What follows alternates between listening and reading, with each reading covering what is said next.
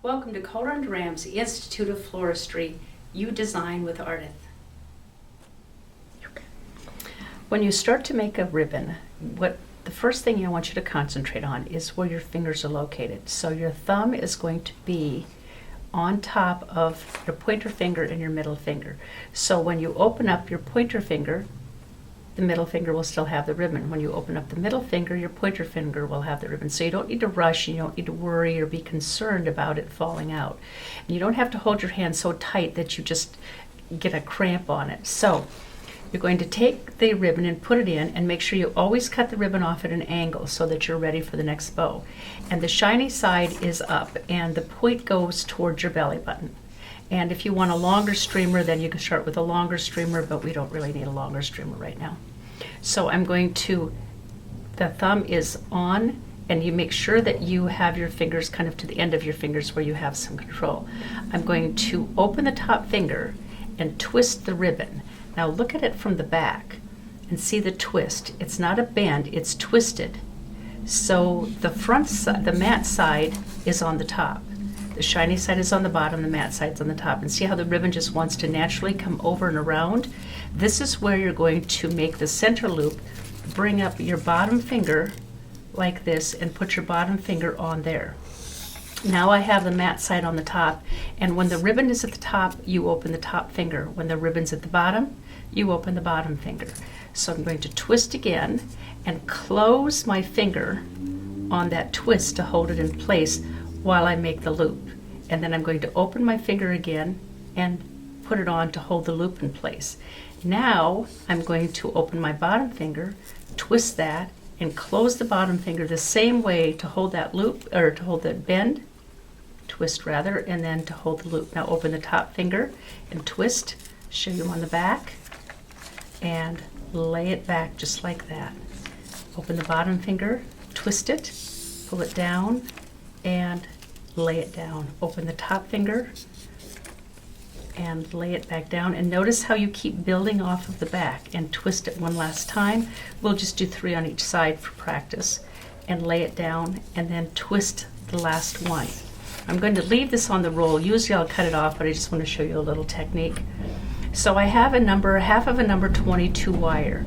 I'm going to slide it over, oh, I picked the wrong wire. I'm going to slide it over my thumb beneath the ribbon and through these 2 fingers.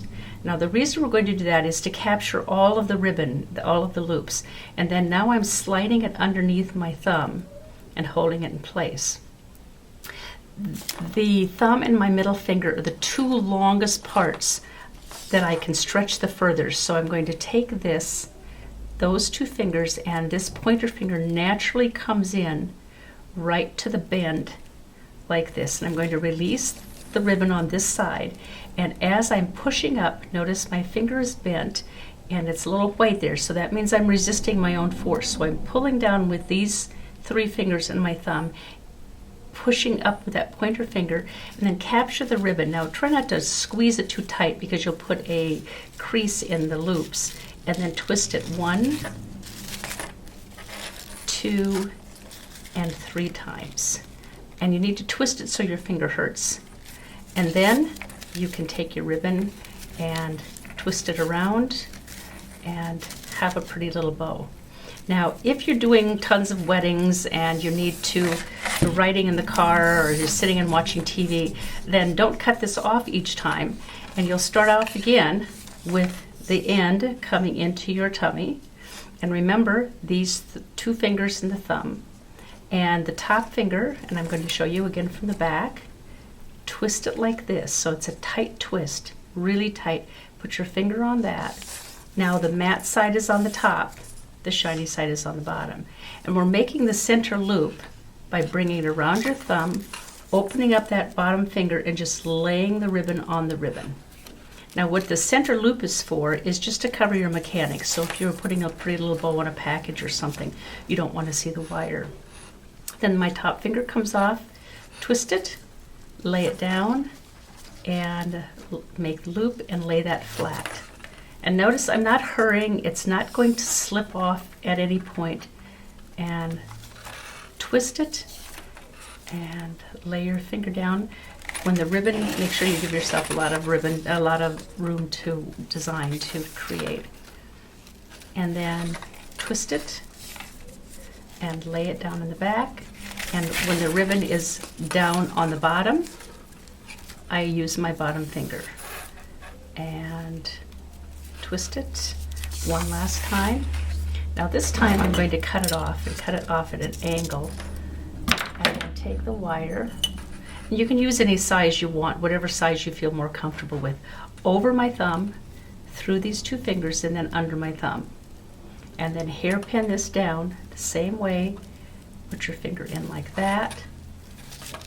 Pull this up nice and tight so you resist your own force. Twist it 2 and 3 times. 2 times is not enough, 4 times is too many. And see, I have my permanent twist in my finger because I've made so many bows. And then by tying it off really tight, and you can twist it to make it whatever you would like it to be. So let's practice bows. We'll do a number 9 next.